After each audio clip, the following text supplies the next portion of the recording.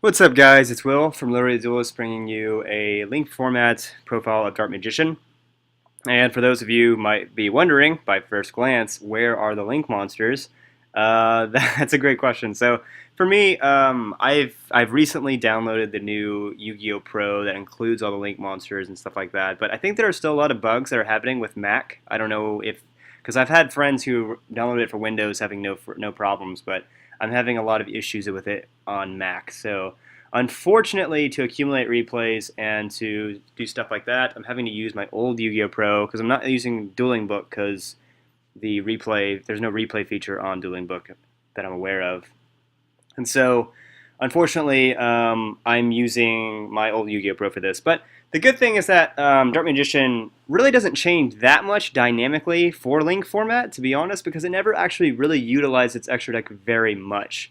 And we'll get into that. But I did change up the build significantly for Link format. Realistically, you're going to need maybe 2 Link monsters max in your extra deck. So you can take out Dragulus and you can take out Beatrice or something like that. Add in 2 Link monsters such as Decode Talker and stuff like that. And you're pretty much going to be okay. Most of the duels you're going to win without even summoning an extra deck monster or by summoning 1 at the max. So at the most, you're not going to actually utilize Link monsters that much, which actually gives Dark Magician an inherent advantage for Link format. And so, but I did change up the build a lot, and we'll go ahead and get into that, mostly because of the introduction of Spellbook of Knowledge. So, and we'll get into all the specifics. I'm going to go into the ratios of cards, explanations for ratios, as well as potential side deck cards that other people are running and stuff like that. So, for one, 3 vanilla Dark Magician, 1 Magician of Dark Illusion, and 3 of this amazing new gal, Apprentice Illusion Magician. So she finally came out in TCG. She's a TCG exclusive promo right now, though. So unless you pre-order the thing, you're gonna have to pay out of your butt to get like a copy of one. So, but luckily I got like 3 through the mail order thing. So anyway, so she makes the deck so much more consistent and so much more potent, specifically because of her effects. For one, she does an easy, convenient special summon. All you have to do is discard a card to special summon her. So sometimes you can discard Dark Magician because she adds another Dark Magician from your deck to your hand anyway. So that immediately turns on Navigation because you have to have Dark Magician in the hand, and it turns on Eternal Soul because you pitched a Dark Magician in the graveyard. Or let's say that you have Dark Magic Inheritance, sorry, I mean I am a Dallas Cowboys fan. So let's say, or you have Dark Magic Inheritance in your hand, and you pitch a spell card to turn on Dark Magic Inheritance. Just a very convenient card. And on top of that, she adds Dark Magician from your deck to your hand. So when she's normal or special summon. So sometimes, if you open up with 2 Navigation, all you need is 1 Apprentice, and instantly you're going to have both Navigation live during your opponent's next turn. Because for 1, you can activate Navigation, special summon Dark Magician, and another Apprentice from your deck. And then Apprentice is going to activate and add another Dark Magician from your deck to your hand, to where your second Navigation is going to be automatically live. That was a huge problem that Dark Magician had before, is 1, having Dark Magician in the hand without it bricking, and then 2, having more than 1 to where you could activate more than 1 of the cards per turn. So yeah, so Apprentice Magician adds that ability, and on top of that, so she's also a level 6, so not necessarily good with the level 7s, but she gives you a rank 6 toolbox, so you can special summon 2 of the Apprentice and go into rank 6s. Primarily, you're going to go into Norito, because Norito is a 2700 body that can negate a spell or trap during either player's turn, and it's a level 6 or rank 6 spellcaster, so you can overlay even over it if you so choose, because it says you can also Exceed summon this card by using any rank 6 spellcaster type Exceed monster. So during your opponent's turn, you can have Norito, negate spells and traps, and then during your turn, if you feel like you're going on the offensive, you can overlay even over it, use effect, special summon Dark Magician, and then banish cards on top of that. So she gives you the rank 6 toolbox. Most of the time you're going to go into Norito, or you're going to go into number 39, Utopia Beyond. Those are the 2 that I most rarely use. And so another monster, like I said, Gaga Magician. For 1, he's an allure target. He doesn't have a lot of inherent use outside of his unique effect, but he's an allure target, so if you open with a lot of dark monsters, he is one that you're easily going to want to pitch. And then 2, you can also use him for Spellbook of Knowledge. So He's a convenient normal summon. You activate this, draw 2 cards, and then you draw into combo pieces such as navigation, circle, strikes, warnings, and stuff like that. But his other added ability is that he can make his level anywhere from 1 to 7. I'm sorry, 1 to 8. So you can go into rank 7s with Dark Magician, rank 6s with Apprentice, and rank 3s with Rod. And then finally for the monster lineup, Magician's Rod. So he is the best monster aside from Apprentice. He adds any Dark Magician spell or trap from your deck to your hand. And then during your opponent's turn, if you activate a spell or trap, you can tribute a spellcaster type monster, add him back to your hand, and then re-utilize his effect the next turn. So he's a crucial part. You want to open with this card, ideally. Yeah, so that's that. All right, next 3 of Allure of Darkness. You're running, let's see, 12 Dark Monsters. So Allure is alive a lot of the time. And a lot of people have mixed feelings about Allure of Darkness. Some people say it's a terrible card. Some people say it's a good card. I will say that I don't think it's a good card, but in Dark Magician it's pretty darn good because you have the added ability of Dark Magical Circle. Because sometimes people have a lot of awkward hands where they don't have any dark monsters in their hands, and so they're like, well, I guess I can activate Allure and see if I get lucky, and they activate it, and sometimes they lose their entire hand. The added ability of Dark Magical Circle to let you see what you're going to draw is amazing because I can manipulate my hand or my deck and stack my deck using Dark Magical Circle and then draw into the cards using Allure of Darkness. So let's say, for example, I activate Dark Magical Circle, I get to add navigation from my deck to my hand, and I see that I'm going to draw into Strike and Warning. So if I have a worthless Gaga Magician in my hand, I can activate Allure, draw into that Strike and Warning, and then instantly I have a Strike and Warning as opposed to an Allure plus a Gaga Magician. It just increases your ceiling immensely. That's why I've also added Spellbook of Knowledge. For one, it's searchable off of Spellbook of Secrets. Spellbook of Secrets is going to search your knowledge. Knowledge also lets you tribute a spellcaster type monster, draw 2 cards.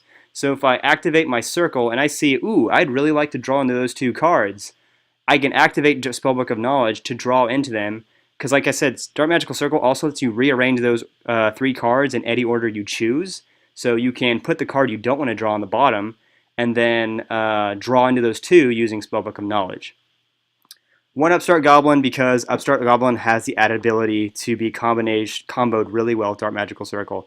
Let's say you activate Dark Magical Circle, one of those cards would be beneficial for you, like a Summoner's Art or something like that. Put it on the top using Dark Magical Circle's effect, activate Upstart, there you have that card. Are pretty good for this deck with the exception of Desires. So that's why we're running the 3 Allure of Darkness and the 2 Spellbook of Knowledge. Next, 2 Summoner's Art. Dark Magician is important in the hand. You essentially have 6 cards. So in likelihood, you getting that one of these cards in your first hand, in your opening hand, is pretty high because Rod is essentially this card too. Because you have to have it to activate Navigation. Navigation is probably better than Eternal Soul. A lot of people say that Eternal Soul is really good, blah, blah, blah. It is, but I would argue that Navigation is better than Eternal Soul, and I'll get into the explanation. So Summoner's Art lets you add Dark Magician from your deck to your hand, and it also loads up your graveyard with spell cards, and we'll get into why that's important for this card. Next, 3 Spellbook of Secrets lets you search out Spellbook of Knowledge, and it gets a Spellbook in the graveyard. Spellbook of Knowledge, comboed with Allure of Darkness and stuff like that, really help you draw into combo pieces and draw into your traps. You can get into your first turn ideal image, which I'll get into very, very consistently now with the new cards that are out. 2 Pot of Duality. I don't like running 3 now. I think 2 is sufficient. It helps you basically get into your combo pieces, and yeah, I mean, it's self-explanatory. Next, 2 Dark Magic Inheritance. So you get to banish 2 spell cards from your graveyard. It's basically Magician's Rod without having to use Magician Rod. And that's why we're adding so many spells. So you have to banish 2 spell cards from your graveyard to be able to activate it.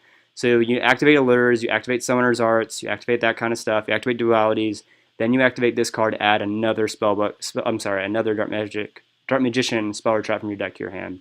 1 Illusion Magic. There are so many ways of getting Dark Magician to your hand, but sometimes you just need one and you didn't draw an Apprentice or you didn't draw a Summoner's Art, and that's what this card is for. It's to get that Dark Magician from here, and it's searchable. So you just have to run 1. I don't think you need to run any more than 1. Next, 3 Dark Magical Circle. For 1, it lets you look at the top 3 cards of your deck. If it's a Dark Magician spell or trap, you get to add it to your hand. And on top of that, anytime you special summon a Dark Magician, you get to target a card on the field and banish it. So pretty good. For one, it has offensive defensive capabilities, and two, it lets you stack your deck to combo with your draw power cards like we talked about. But on top of that, it lets you just see what you're about to draw, and that's like the most advantageous part of having these draw power cards into it. If I see that I'm going to draw into bricks, I'm going to want to search before I draw. That's just kind of how the strategy lies with Dark Magician now, and I'll get into that a little bit more. Alright, so 3 navigation. I like navigation way more than soul. For one, it negates a spell or trap during your opponent's turn, with the exception of the time its first turn is sent to the graveyard. And two, it special summons 2 spellcasters, so Dark Magician plus Apprentice, or that guy. So I like it. It doesn't have the drawbacks that Eternal Soul has for 1 point, and so most of the time you're going to want to go for this card over Eternal Soul.